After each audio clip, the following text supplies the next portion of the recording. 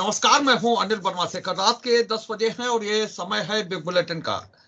Big bulletin में हम UP के चुनावी महाभारत की चर्चा कर रहे हैं और जैसे जैसे चुनाव समाप्त पर पहुंच रहा है, वैसे वैसे बयानों का दौर, तीखे बयानों का दौर और तेज हो रहा है।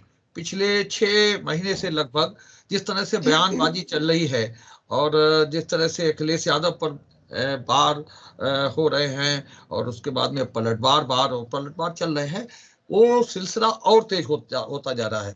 अभी मुजफ्फरनगर में गृह मंत्री अमित शाह ने ललकारते हुए एक अंदाज में कहा था अखिलेश जी को, और उन्होंने कहा था कि अखिलेश यादव को लाज नहीं आती, हिम्मत हो तो अपने समय के आंकड़े लेकर के प्रेस वार्ता कर लें। योगी सरकार में लूट, हत्या, बलात्कार के मामलों में कमी आई है। इस चैलेंज को अखिलेश यादव ने स्वीकार किया और ट्वीट करते हुए उन्होंने लिखा कि हम हर चैलेंज के लिए तैयार हैं। सच को तैयारी की जरूरत नहीं पड़ती, वो जगह बताएं और समय बताएं। ये अखिलेश यादव ने बिल्कुल उसी अंदाज में, जिस अंदाज में अमित शाह जी ने कहा, उसी अंदाज में उन्होंने कहा कि हम हर चैलेंज को स्वीकार करने के लिए तैयार हैं। वो तारीख बताएं, समय बताएं, जगह बताएं, और वो इसके लिए तैयार है। अमित शाह जी ने कहा था कि सपा आती है तो गुंडा माफिया और तुष्टीकरण की बात करती है। आज भाजपा के 5 साल हो गए, ना जाति की बात है, ना परिवारवाद की बात है, ना गुंडे माफिया और ना तुष्टीकरण की बात है। भाजपा शासन में सिर्फ और सिर्फ सुरक्षा की बात है।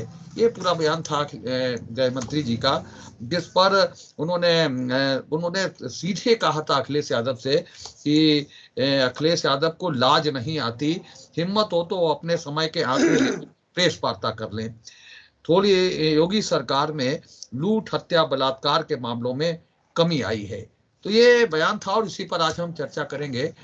जो अखिलेश यादव ने जिस तरह से चैलेंज स्वीकार किया है और जिस तरह से एक बड़े मंच से वो जो जन संवाद के कार्यक्रम हो रहे हैं भारतीय जनता पार्टी के, उसमें मुजफ्फरनगर में प्रभावी मतदाता संवाद कार्यक्रम में उन्होंने इस तरह से अखिलेश यादव को एक तरीके से बिल्कुल चुनौती देते हुए ये बात कही थी। और अखिलेश यादव ने भी उसी अंदाज में कहा कि हम इस चुनौती को स्वीकार करते हैं और आप समय और तारीख तय कर दीजिए, हम इस चुनौती को स्वीकार करते हैं। तो आज हम इसी बयान और उसकी प्रक्रिया पर चर्चा करेंगे। आज भारतीय जनता पार्टी से श्रीमती श्वेता दुबे हैं, महिला मोर्चा की उपाध्यक्ष हैं, और डॉक्टर आलोक बिहारी शुक्ला जी भारतीय जनता पार्टी का पक्ष रखने के लिए, समाजवादी पार्टी से अनिल मिश्रा जी हैं, पार्टी के वरिष्ठ नेता, और राधेश्याम जी ये समाजवादी पार्टी का पक्ष रखेंगे। कांग्रेस से वरुण त्रिपाठी हैं, आज वरुण त्रिपाठी कांग्रेस का पक्ष रखेंगे। तो हम इसी सिलसिले को शुरू करते हैं। और जिस तरह से तीखा हमला बोला अमित शाह जी ने और उसी अंदाज में जवाब दिया, उसी अंदाज में जवाब दिया अखिलेश यादव ने कि वो चुनौती को स्वीकार करने के लिए तैयार है। श्वेता जी, आपसे शुरू करते हैं आज की इस चर्चा को। और क्या लग रहा है कि जो बयानबाजी का दौर है वो और तेज होता जा रहा है, और ये भी लग रहा है कि बयानों के दौर में जो असली मुद्दे हैं वो कहीं ना कहीं छूटते जा रहे हैं, क्योंकि जब इस तरह के बयान दिए जाते हैं तो उसके पीछे कहीं ना कहीं कई दिन तक मीडिया में वही सुर्खियों में रहते हैं, जो असली मुद्दे हैं वो पीछे छूट जाते हैं। राजनीतिक लोग भी बड़ी चतुराई से इस तरह के बयान देते हैं ताकि जो असली मुद्दे हैं उन पर ज्यादा सिर न खपाना पड़े और चुनाव की जो बैतरणी है वो आसानी से पार हो जाए। क्या लग रहा है आपको श्वेता जी कि इस चुनौती को, अखिलेश जी को जिस तरह से चुनौती अमित शाह जी ने दी और चुनौती उन्होंने स्वीकार कर दी, तो क्या लग रहा है कि बयानबाजी का दौर और तीखा होगा? ऐसा होता नहीं है कि कोई चुनौती तो दी जाती है, लेकिन ऐसा हुआ नहीं है कि एक मंच पर आकर के इस तरीके की बात हो। लेकिन ये चुनाव किस दौर में पहुंच रहा है, जो प्रथम चक्र का चुनाव है, वो मतदान है, वो धीरे धीरे उसकी तारीख आती जा रही है, नजदीक आती जा रही है, और चुनाव किस मोड़ पर पहुंच रहा है, कितना तीखा हो रहा है चुनाव, क्योंकि ये शुरू से ही बनाने का प्रयास किया गया कि ये चुनाव सीधा सीधा भाजपा और सपा में चुनाव है। और उसी तरह से अखिलेश यादव पर हमले हो रहे हैं। अखिलेश यादव भी हमले कर रहे हैं, अखिलेश यादव हमलों का जवाब दे रहे हैं। ये स्थिति बनी है। श्वेता जी। भाई साहब, पहली बात तो ये है कि मुख्य मुद्दे से भटकाने वाली कोई बात भाजपा की तरफ से नहीं हो रही है। हम तो जो कर रहे हैं वही बता रहे हैं, और जैसा कि हम लोग ने मुजफ्फरपुर में किया है वही बताया हमारे अमित शाह जी ने। और आप कह रहे हैं कि हमारी तरफ से कोई ऐसे उत्तेजक बयान नहीं दिए जा रहे हैं, लेकिन ये है कि जैसा बोला जाता है उसी स्वर में जवाब दिया जाता है, क्योंकि खगी खग की भाषा को समझ सकता है ना। अब हम उनको अपनी तरह समझाएंगे तो शायद समझ में ना आए, इसलिए इस तरह की भाषा में, जैसा कि लग रहा है आप लोग को, समझाने का उनको प्रयत्न किया जा रहा है। हमारे गृह मंत्री अमित शाह जी ने उस दिन प्रभावी मतदाता संवाद कार्यक्रम में ये बात कही थी कि बसपा जो थी, इसमें कोई झूठ नहीं है भाई साहब, ये आप और हम दोनों लोग जानते हैं कि बसपा एक जाति की बात करती थी, कांग्रेस एक परिवार की बात करती थी, और सपा के राज में तो गुंडा और माफिया की चलती थी। तो इसी क्रम में उन्होंने अखिलेश जी को ललकारते हुए एक तरह से कहा है कि अगर आप में हिम्मत है तो आप अपने समय के मुद्दों को लेकर, उस समय के जो तथ्य हैं, जो आंकड़े हैं, उनको लेकर एक प्रेस वार्ता कर लें। तो ठीक है, अखिलेश जी ने भी उसको एक्सेप्ट कर लिया, ठीक है, समय और जगह आप बताइए। अरे हम क्यों बताएंगे समय और जगह, आप जहां सही समझिए। और भाई साहब क्या बताएंगे, मैं यहाँ जो सपा के लोग बैठे मैं उनसे भी पूछना चाहूंगी कि वो क्या बताएंगे, कि नाहिद हुसैन जी मुख्तार अंसारी जी के बारे में बताएंगे, मुजफ्फरपुर जो दंगे हुए थे उनको जस्टिफाई करेंगे कि नहीं सही हुए थे, वो बीजेपी ने ही उनको गलत तरीके से बता दिया जी। और मुजफ्फरपुर में जो पलायन हुआ था इस 2014, 17, 19 में जो भी हुआ, इन्हीं क्रियाकलापों ने भाजपा को प्रचंड जीत की नींव डाली थी, और वहीं से लहर उठती है जो काशी तक जाती है और बाकी जगह पर विरोधियों का सुपड़ा साफ करती है। अगर ये ना वहां पर जो सपा शासन में जो कुछ हुआ था, जो बेचारे पीड़ित थे उनको आरोपी बना दिया गया था, और आरोपियों को पीड़ित दिखा दिया के उनको छोड़ दिया गया था, ये बताएंगे। मतलब गलत भी कर रहे हैं और ये भी बता रहे हैं कि हम तथ्य और आंकड़े प्रस्तुत करेंगे। ये कैसी बात है, ये कैसी चुनाव की वो चल रही है। अगर हम विरोध जरूर करना चाहते हैं, हम रोज ट्वीट कर रहे हैं, लेकिन क्या हम झूठा ट्वीट करेंगे? आप आंकड़े खुद उठा के देखिए, हत्या, लूट, बलात्कार के मामलों में कमी कहाँ है? अमित शाह जी ने ये नहीं कहा है कि खत्म हो गए हैं, रामराज आ गया है, ये नहीं कहा है, कमी आई है, उत्तरोत्तर कमी आई है। और मूल मुद्दों से कहाँ भटके हैं भाई साहब हमने तो टीचरों की 1,37,000 भर्तियां की हैं, हमने 10,000 नौकरियां दी हैं लोक सेवा आयोग के जरिए, हम अनाज दे रहे हैं मुफ्त, और हम मूल मुद्दों से भटके हैं। बिजली की दरें महंगी लग रही थी, हमने उनको आधा किया है। कोरोना का टीका वैक्सीनेशन कर रहे हैं हम, जो चुनाव ड्यूटी में लगेंगे, जो फ्रंट पे जनसंपर्क में, उनको प्रिकॉशनल बूस्टर डोज लगवा रहे हैं। हम आप लोगों का ध्यान नहीं हटा रहे हैं। हमारी सरकार तो गुंडा माफिया और तुष्टिकरण की राजनीति नहीं करती है, वो राजनीति खत्म हो गई भाई साहब। हम तो सबका साथ सबका विकास लेकर चल रहे हैं, और यही हमारा मूल मंत्र है। और इसी क्रम में हमारे मुख्यमंत्री जी ने, वो गृह मंत्री जी ने कहा है, तो अखिलेश जी अगर सामना करने के लिए तैयार हैं तो उनका स्वागत है, और वो आ जाएं। हम तो विकास की बात कर रहे हैं और विकास करेंगे भी, और विकास के मुद्दे और सुरक्षा के आधार पर ही मुजफ्फरपुर से क्या पूरे यूपी में चुनाव लड़ेंगे। शेखर भाई, बहुत सारी बातें हमारी श्वेता बहन जी ने बता दी हैं। मैं 2015 का एक अभी देख रहा था, जो सरकारी आंकड़े होते हैं उनका मैं डाटा निकाल रहा था, तो उसमें मैंने देखा कि दंगे की 2015 का मात्र 6,813 दंगे, मैंने उसमें 365 का भाग दिया तो ये 20 दंगे प्रतिदिन। आप सोचिए, हमारी 5 वर्ष की सरकार रही और टोटल 20 दंगे नहीं हुए। आप ये सोचिए, और इनके 2015 का जो आंकड़ा है उसमें 20 दंगे प्रतिदिन।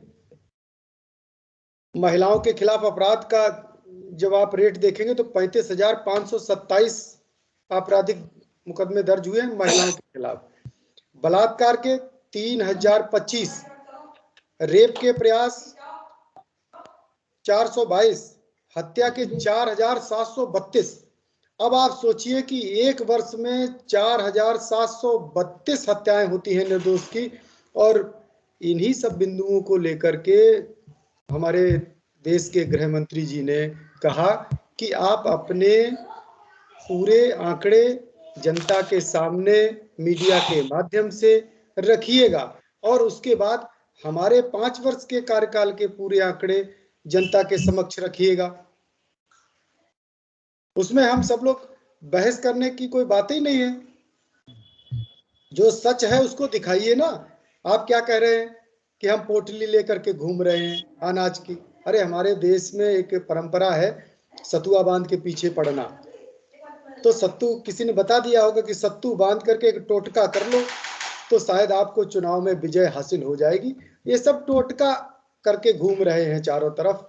हाँ, पोटली लेकर के। जब सत्ता में थे तो गरीब भूखों मरता था, उसको आवास नहीं मिलता था। आवास अगर मिलता था तो बिना किसी कमीशन के आवास अलॉट नहीं होता था। शौचालय कहीं नामो निशान नहीं था।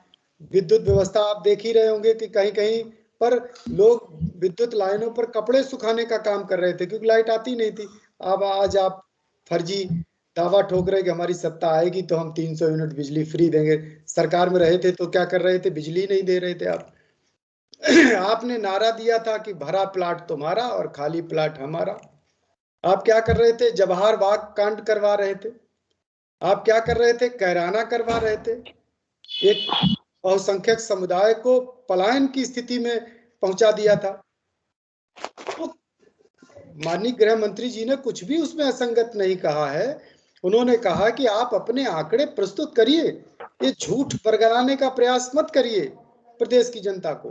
प्रदेश की जनता सब सच जानती है। आप देखिए सड़क पर चलना मुश्किल था।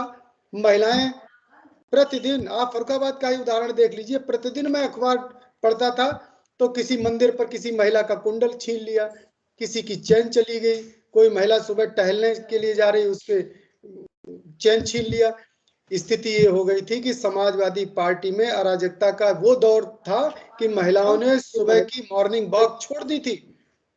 कोई भी संभ्रांत व्यक्ति सुबह मॉर्निंग वॉक में भी निकलने से डरता था, और मोटरसाइकिल पर सरे राहजनी हो जाती थी। राहजनी होना तो एक अमूमन चलन में आ गया था। और कुछ पूरे प्रदेश में ऐसी अराजकता की स्थिति थी कि कब कहां पर किसी की हत्या हो जाए, कब कहां किसी के साथ लूटपाट हो जाए। यदि आप घर बंद करके चले जाएं तो दूसरे ही दिन घर का ताला टूट जाए, और कहीं पर कोई भी अपराध करने वाला कहीं पर भी कोई, क्योंकि इनको राजनीतिक संरक्षण प्राप्त था। ये सब छूट जाते थे, पकड़े नहीं जाते थे, ऊपर से फोन आ जाता था। ये सब प्रक्रियाएं चलती थी। और पूरे 5 वर्ष में जितनी भी भर्तियां हुई हैं, मैं तो स्वयं जिस महाविद्यालय में इससे पहले मैं एक में था तो वहां चतुर्थ श्रेणी कर्मचारियों की एक भर्ती निकली, और तथाकथित इन्हीं के पार्टी के चचा जान का पत्र आ जाता था कि इसकी भर्ती करनी है। आप सोचिए, ये सब धन उगाही में लग जाते थे। जैसे ही वैकेंसी निकली धन उगाही चालू। तो हमारे गृह मंत्री जी ने कुछ भी असंगत नहीं कहा, गलत नहीं कहा। हम सब लोग विकास के एजेंडे को लेकर के आए हैं, और पूरे प्रदेश की जनता ने 5 वर्ष उस विकास के कार्यक्रमों का लाभ लिया है, महसूस किया है, सुरक्षा महसूस की है, आत्मसम्मान महसूस किया है। जो हमारी भारतीय विरासत का जो गौरव था उसको भी बनाने का काम हमारी सरकार ने किया है, ये भी जनता महसूस कर रही है। और आप क्या कर रहे हैं? आप एमवाई फैक्टर चला रहे हैं कहीं कहीं पर। तो ये एमवाई फैक्टर का, Bharatiya Janata party MY factor नहीं चलाती, सर्व समाज का फैक्टर चलाती है। भाई साहब देखिए, चुनावी बयानबाजी चल रही है, उसका टाइमिंग देखिए। सच तो ये है कि साहब असली मुद्दों से ध्यान भटकाने का ये भाजपा का एक अपना औजार। अखिलेश जी ने जो किया, जनता ने 2017 में साहब उसका जनादेश और जो दिया उसको, तो विपक्ष में साहब चले गए, आप सत्ता में हैं। आप देखिए अमित शाह जी किस तरीके की बात करते हैं साहब। सपा सरकार से, सपा मुखिया से साहब पूछ रहे हैं कि साहब आप अपने आंकड़े बताइए। आप अपने तो आंकड़े बताइए कि साहब एक टीवी के बड़े चैनल पे साहब इंटरव्यू देते हैं और 15 लाख का जो चुनावी जुमला जो था वो उस इंटरव्यू में साहब उन्होंने कहा कि साहब ये 15 लाख का तो एक चुनावी जुमला था। तो आप ये देखिए, और आंकड़े मांगते हैं युवाओं को, अगर 50-50 हजार रुपए बैंक देती है साहब लोन के तहत, तो साहब उसे भी रोजगार मान लेते हैं। और दूसरी चीज, पकौड़े तलने वाले को भी साहब रोजगार मान लिया जाता है। 2 करोड़ रोजगार की बात करते हैं साहब सेंट्रल में बैठ के, और पूर्व की सपा सरकार या दूसरी सरकारों के ऊपर साहब आरोप लगाते हैं। बेरोजगारी का आलम क्या है, विदेशों में साहब जमा काला धन भी साहब 100 दिनों में आ रहा था। मैं तो आज 7 सालों से इंतजार कर रहा हूँ कि साहब विदेशों में जमा काला धन इंडिया में आएगा। और तीसरी चीज आप देखिए, एक परिवारवाद की बात की हमारे भाजपा के साथियों ने, तो राजनाथ सिंह, वसुंधरा राजे और स्वर्गीय कल्याण सिंह जी, क्या परिवारवाद नहीं? दूसरी चीज, लखनऊ कैंट में, लखनऊ की जो कैंट सीट है उस पर 13 प्रत्याशी हैं भाजपा के, उसमें परिवारवाद जरा उठा के देख लीजिए कितना हावी है। और कोरोना की वैक्सीनेशन की बात की, राशन की बात की, आवास की बात की, तो आवास में कितनी बड़ी धांधली चल रही है। जरा जमीनी स्तर पर उतर के देखिए कि जिन्हें आवास के लिए जिनका नाम आ रहा है या आवंटित किए जा रहे हैं, उनसे किस तरीके से धन उगाही कर रहे हैं। तीसरी चीज, क्या इससे पहले देश में साहब स्मॉल पॉक्स, चिकन पॉक्स या पोलियो के साथ टीकाकरण नहीं हुआ? क्या नई जादू की छड़ी साहब आप लोग लेके आए और आपने साहब वैक्सीनेशन किया? तीसरी चीज, लूट, हत्या और बलात्कार। अभी आंकड़े हमारे भाजपा के साथी बता रहे थे, तो आप देखिए कि माननीय न्यायालय ने उत्तर प्रदेश को कटघरे में खड़ा किया था। अभी कुछ महीने पहले की बात है कि साहब उत्तर प्रदेश में साहब जंगल राज कायम है। और आपने महिला सुरक्षा की बात की, अभी पूर्व में लखीमपुर में साहब क्या हुआ था, किस तरीके से। और चिन्मयानंद इसका जीता जागता उदाहरण है साहब। एक बलात्कार के आरोपी वो साहब बाहर हैं और पीड़िता साहब जेल के अंदर मौजूद है। आपके विधायक जी इतने दिन बेलगाम साहब घूम रहे हैं, और जो लड़की बलात्कार पीड़िता है साहब, उसके परिवार का क्या हुआ? तो और हाथरस कांड आप देखिए, दलित की एक लड़की किस तरीके से साहब जलाई जाती है शासन प्रशासन के तहत, शासन प्रशासन बिल्कुल मौन बना रहता है। तो आप किस राम राज की बात करते हैं? आपको एक नई लाइन खींचनी चाहिए थी। सपा ने जो किया वो किया, आप पुरानी चीजें क्यों दोहराते हैं? आप जमीन पे उतरकर धरातल पे बेरोजगारी है, किसानों का मुद्दा हो, तमाम ऐसे मुद्दे, जनहित के मुद्दे, उनके लिए आप काम करिए। आप तो पुरानी सरकारों को साहब दोष देते हैं, आपने भी कुछ नहीं किया है। आपने भी 5 साल सिर्फ उत्तर प्रदेश की जनता को झुंझुना दिया है। आ रही है। चलिए राधे साहब जी, हमने कहा भारतीय जनता पार्टी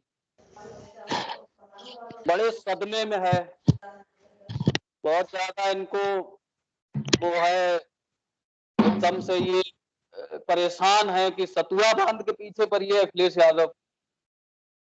तो आप परेशान क्यों हो?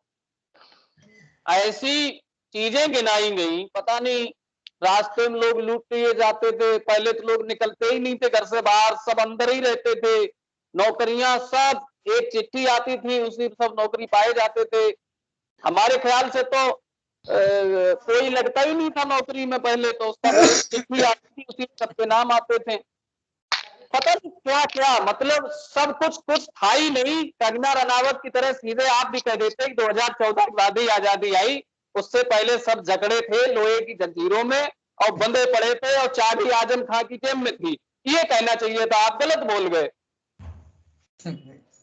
खाली प्लाट हमारा, भला प्लाट तुम्हारा, कितने कब्जे हो गए थे फरुखाबाद में समाजवादी पार्टी की सरकार में। और आप हमें बताइए कि 5 वर्ष आपकी सरकार रही, आपने कितने समाजवादियों से कब्जे की जमीन छुड़वाई और उन अवैध कब्जा करने वालों को जेल भेजा। इसी फरुखाबाद में आप हमें बता दीजिए कितने समाजवादियों से आपने अवैध कब्जे की जमीन छुड़वाकर उनको जेल भेजा। और अगर हम बता रहे हैं, अगर समाजवादी पार्टी की सरकार बनती है 2022 में, तो 1 महीने के बाद हम आपको लिस्ट सौंपेंगे कि इतने भाजपाइयों से हमने जमीन छुड़वाई और इतनों को जेल भेजा। हमारी नजर में है जहां जहां जमीनें कब्जा हुई हैं। इसी फरुखाबाद शहर में जमीनें कब्जा हुई हैं, हमारे मोहम्मदाबाद में जमीनें कब्जा हुई हैं, बहुत बड़ी तादाद में जमीनों का कब्जा हुआ है। मोहम्मदाबाद से लेकर तकीपुर तक पूरे 2 किलोमीटर के एरिया में कब्जा हुआ है और बहुत बुरी तरह कब्जा हुआ है। हो सकता है प्रोफेसर साहब मोहम्मदाबाद की तरफ कम जाते हो, लेकिन कभी जाना और देखना कि नए मकानात कितने बने हैं और किसके बोर्ड वहां लगे हैं, किन लोगों ने वहां कब्जा किया है। सत्ता के संरक्षण में जिस तरह से ग्राम सभा की जमीनों पर इस सरकार में कब्जा हुआ, ऐसा कब्जा कभी नहीं हुआ। यही बात आंकड़ों की, आपने 2015 से 2016 के आंकड़े सुनाए, लेकिन आप हमें 2018 से 2019 के आंकड़े सुनाइए, आप 19 से 20 के आंकड़े सुनाइए, आप 20 से 21 के आंकड़े सुनाइए।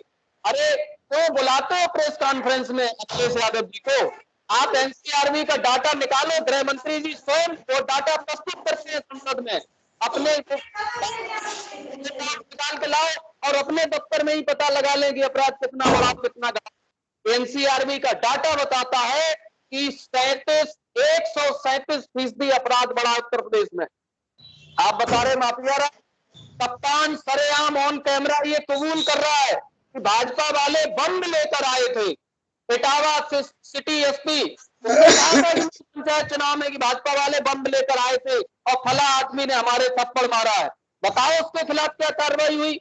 माफिया जिसके ऊपर इनाम है वो क्रिकेट खेल रहा है, बल्ला पे गेंद चटका रहा है और आज तक उसके खिलाफ कोई कार्रवाई नहीं हुई।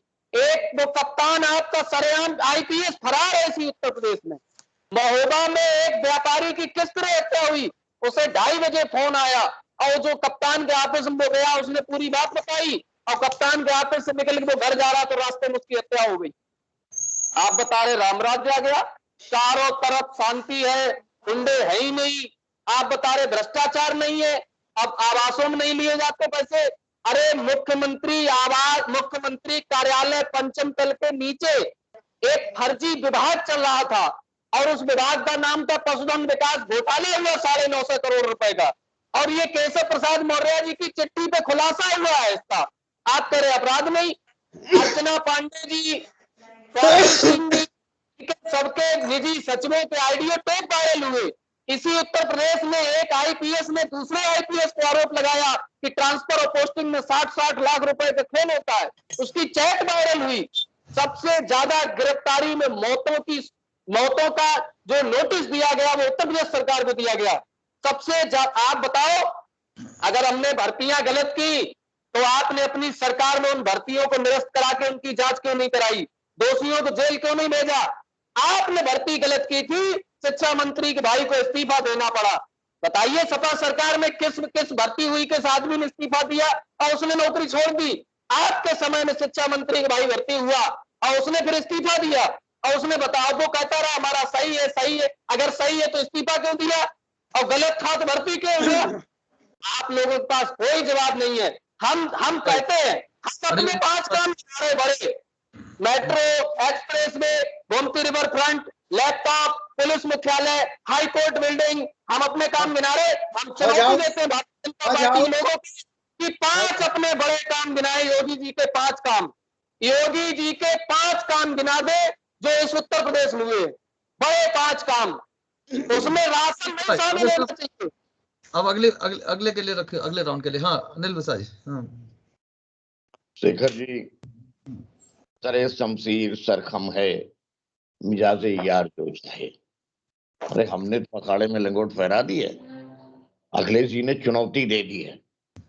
समय तय करो, जगह तय करो और आकर के सामने सामने बात करो और मुद्दों की बात करो। हमने तो विवश कर दिया है तुमको कि जो बैठ करके खाली सत्ता का सहारा लेकर के आम जनता पे जुल्म ढाते थे, आज डोर टू डोर जाकर के बड़े बड़े नेता उसी जनता को प्रणाम करने के लिए, अभिनंदन करने के लिए बाध्य हो रहे हैं, चाहे अमित शाह जी हो, चाहे राजनाथ सिंह जी हो। ये क्रांतिकारी परिवर्तन किसकी बदौलत आया? समाजवादी पार्टी की बदौलत आया, माननीय अखिलेश यादव जी की बदौलत आया कि आज अमित शाह भी बाध्य हो गए। और देखिए जरा मजे की बात, कोविड-19 की पूरी धज्जियां उड़ाई जा रही हैं, थूक लगा करके पर्चे बांटे जा रहे हैं और उसके बाद में जो बेशर्मी की हद हो रही है। और फिर एक बात मैं कहूं कि आपने कहा कि असली मुद्दे, भाई असली मुद्दे कौन कौन से हैं? मैं श्वेता जी से आग्रह कर रहा हूं, बड़ा विनम्र अनुरोध है मेरा, जरा असली मुद्दे आप ही गिना दीजिए। हम तो जो है मान लीजिए इतना दूर तक हमारी दूरदृष्टि नहीं जा रही है। असली मुद्दे कौन कौन से हैं? क्या महंगाई असली मुद्दा है? और अगर है महंगाई असली मुद्दा तो बोलिए हाँ, और नहीं तो बोलिए ना। क्या कोरोना के बारे में जो है असली मुद्दा है? कोरोना के दौरान जो लाशें जो है गंगा जी में बह बह करके गई थी, जहां पे हिंदू संस्कार के अंतर्गत अंत्येष्टि संस्कार भी संभव नहीं हुआ था, लाशों को दफन कर दिया गया था, क्या ये असली मुद्दा है? और क्या आज किसानों के बारे में असली मुद्दा है? पिछली 29 सितंबर को याद करिए कि किसान जो है किस हालत में बैठा हुआ था, और आज की 29 सितंबर को याद करिए कि किसान के पीछे जो है वो अपने भाग करके जनता पार्टी के बड़े बड़े नेता किसानों का शुभचिंतक साबित कर रहे हैं मुजफ्फरनगर कैराना में जाकर के। असली मुद्दे कौन से हैं? जरा ये तो अवगत कराइए। क्या असली मुद्दा वो महंगाई डायन मार गई थी, स्मृति ईरानी जी थी उस वक्त पे? असली मुद्दा आज कौन सा है? क्या महंगाई मौसी हो गई है? कौन से असली मुद्दे हैं? आप जो है वो अपने जिस वक्त की ऊपर चर्चा हो रही है और बात हो रही है, रामराज की बात हो रही है। अरे जा सुराज में प्रजा दुखारी, ता नृप अवश्य नरक अधिकारी। और राम जी के नाम को, राम के नाम को जिसको मोक्ष के लिए इस्तेमाल किया जाता था, हम राम का नाम लेते हैं अंतिम समय, जिह्वा पे राम का नाम आने पे हमें मोक्ष मिल जाता था, आप कुर्सी के लिए इस्तेमाल कर रहे हो।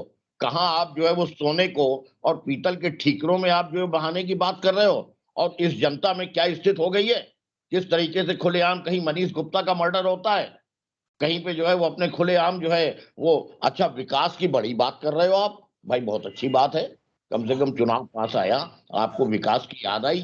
खुशी दुबे की याद क्यों नहीं आती? फिर जब विकास की याद आती है हमें तो खुशी दुबे की भी याद आती है, हमें तो 3 दिन की वो सुहागिन भी याद आती है जिसको विधवा बना करके वो जेल भेज दिया आपने।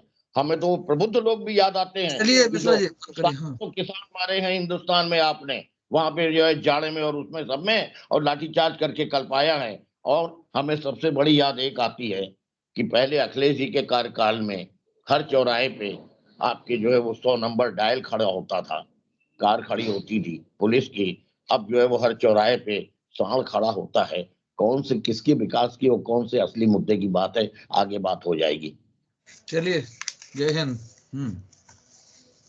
शुरू करिए, कौन बोल रहा? हाँ, भाई साहब, सबसे पहले मैं जवाब देना चाहूंगी। मैं तो पहले वरुण जी से पूछूंगी, इनको काले धन का इंतजार हमसे क्यों है? ये अपने पार्टी के आला कमान से ही क्यों नहीं पूछते हैं कि काला धन कहाँ गया? वो बताएंगे तो जल्दी आसानी से आ जाएगा, हम लोगों से क्यों पूछ रहे हैं? अब जरा मैं राधेश्याम जी को जवाब देना चाहती हूँ। आपने पूछा कि कौन सी जाति को नौकरी मिलती थी, बताना पड़ेगा कि कौन सी जाति को नौकरी मिलती थी। जैसे ही नौकरियां निकलती थी तो एक माननीय परिवार निकल पड़ता था वसूली के लिए, भूल गए? नहीं, वो भर्तियां निरस्त हुई क्या? वो अगर अवैध थी तो वो भर्तियां निरस्त हुई? वो प्रक्रिया चल रही है, वो प्रक्रिया चल रही है, कब वो तक? कानूनी प्रक्रिया चल रही है। आपके जो लोक सेवा आयोग के चेयरमैन हुआ करते थे, नहीं खबर कि फलानी आपके, भर्ती पर अरे आपको मैं बता रहा हूँ, जारी हुआ, आज तक कोई खबर आई नहीं। मैं समाजवादी पार्टी के साथी को बताना चाहता हूं कि जब आपके उत्तर प्रदेश लोक सेवा आयोग के चेयरमैन अनिल यादव जी हुआ करते थे, हम इसी जगह आपको लाना चाहते थे। अब आप बताइए। अनिल यादव जी ने जब पीसीएस की जब भर्तियां हुई तो उसमें एक जाति विशेष को जनरल का भी कोटा खा लिया, बैकवर्ड का भी कोटा खा लिया, और चूंकि अनुसूचित जाति का कोटा आप खा नहीं सकते थे, इसलिए आपने उन पर नियुक्तियां की। और आपको पता है अनिल यादव जी ने स्वयं इस बात को स्वीकार की है। अनिल यादव सिर्फ एक इसी में इंक्लूड कर लो, सिर्फ एक लाइन, एक जात में हम उलझाना नहीं चाहते डिबेट को। भगोने में चावल को सिर्फ एक दाना उठा के देखा जाता है कि क्या है उसकी परिस्थिति। हमें जरा पूरी बात सुन लीजिए, पूरी बात आ जाने दीजिए। उसी में जोड़ लीजिए, उसी में जोड़ देंगे तो उत्तर आ जाएगा। हम उलझाना नहीं चाहते, डिबेट को घुमाना नहीं चाहते। हमें ये बता दो कि कितने में कितने यादव बने थे जो आप लोग कहा करते हो, बताओ कितने में कितने यादव? हम सीधा सीधा कह रहे हैं, आप बताइए। 135 पीसीएस की भर्ती हुई थी, उसमें 84 से 85 एक जाति विशेष के लोगों की भर्तियां हुई थी। यादव थे। अच्छा एक बात आप सुन लीजिए पूरा। जब ये मामला, जब ये प्रकरण, इस डिबेट में सभी लोग एक चुले के बैठे हैं। हम ये चुनौती के साथ चुनौती देते हैं भारतीय जनता पार्टी के प्रवक्ता को। 135 में 84 एसडीएम यादव हुए, इसकी वो अगर हमें सूची उपलब्ध करा दे तो अपने जीवन में हम कभी सफेद कपड़ा नहीं पहनेंगे और राजनीति उपलब्ध करा देंगे, मैं उपलब्ध करा दूंगा, मेरे पास है उसका रिजल्ट। किसी बिग बुलेटिन के ग्रुप में सुन लीजिए, अब सुन लीजिए, ग्रुप में वो सूची डाल दे। जो लोक सेवा 84 एसडीएम यादव, ये सूची मैं दूंगा, आप नहीं लगा पाओगे। राधे श्याम जी, मैं दूंगा। अभी सूची भेजेंगे, भगवा ड्रामा भी भेजेंगे, आज के बाद नहीं पहनिएगा फिर। और अनिल यादव जी पर जब सिकंजा कसा कानून का, सुन लीजिए, एक बात को सुन लीजिए।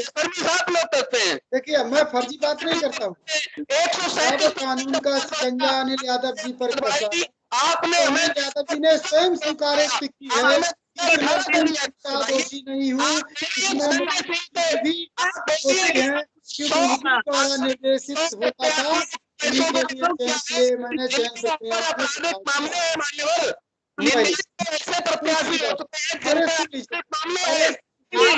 दंगा नहीं हुआ।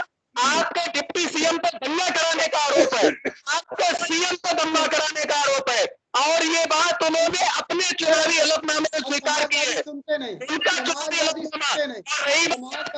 समाजवादी कहलाते हैं, बंद करके और चिल्लाना शुरू कर देते हैं। बात जिन गृह मंत्री जी ने ये आरोप लगाया है, अब फिर बात बदल गए, बात बदल जाते हैं भैया। पहले एक बात को सुन तो लीजिए,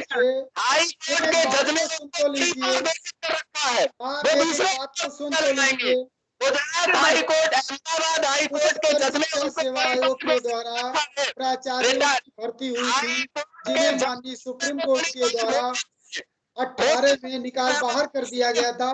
उसमें 150 प्राचार्यों में लगभग 80% प्राचार्य जो थे आपके अभी तक अपराधी हैं। तो आप ये देखिए कि पूरा समाजवादी पार्टी जब सत्ता में थी, जितने भी महत्वपूर्ण पद थे, उन पदों पर जाति विशेष के लोग ही क्यों बैठाए गए?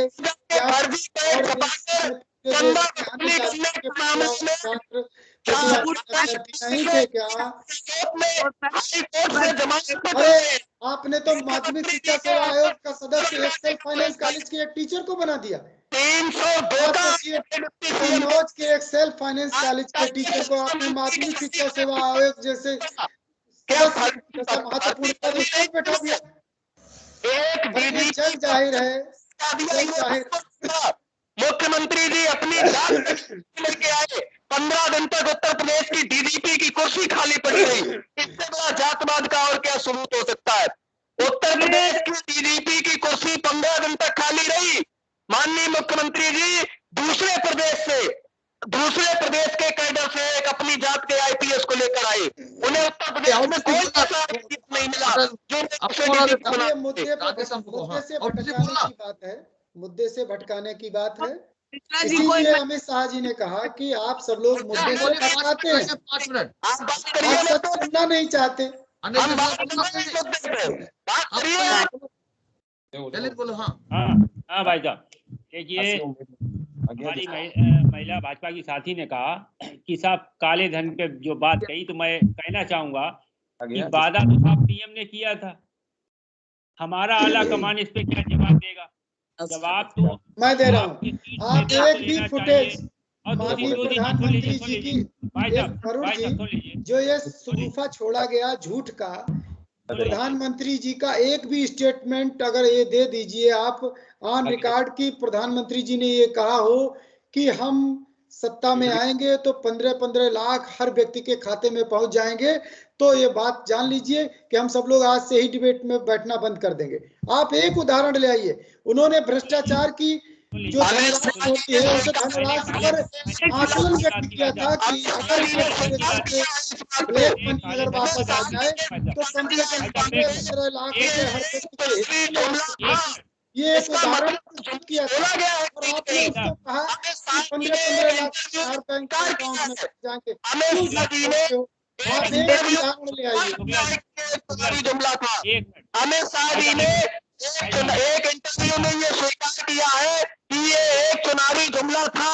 इसका मतलब वो जुमला बोला गया, अमित शाह जी ने स्वीकार किया, एक इंटरव्यू में स्वीकार किया और एक पत्रकार को उन्होंने बताया। अरे तो वो बोलो बात जल्दी, मैं बोलो भी जल्दी तो से कह बोलना। रहा हूँ, वो किस संदर्भ में बात कही गई, उस संदर्भ को आप पूरा कंटेंट आप उसका पूरा प्रसारित करिए ना, किस संदर्भ में कौन सी बात कही। हमारे पास ये वीडियो मौजूद है जिसमें ये कहा कि अगर पूरा काला बना देगा तो प्रत्येक नागरिक के खाते में 15-15-20 लाख रुपया ऐसे ही पहुंच जाएगा।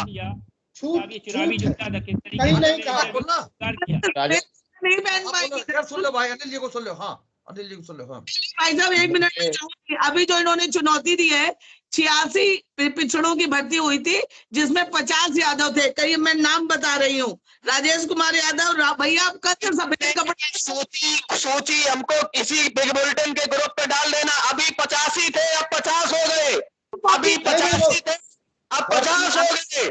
दूसरी भर्ती है, ये दूसरी भर्ती है, ये दूसरी भर्ती है, ये दूसरी भर्ती है। 50 हो गए और आधे घंटे में 5 हो जाएंगे। यही बेशर्मी है, यही तो नई राजनीति है। 85 यादव थे, अभी 5 मिनट से 85 यादव थे, अब 50 हो गए और आधे घंटे बाद 5 हो जाएंगे।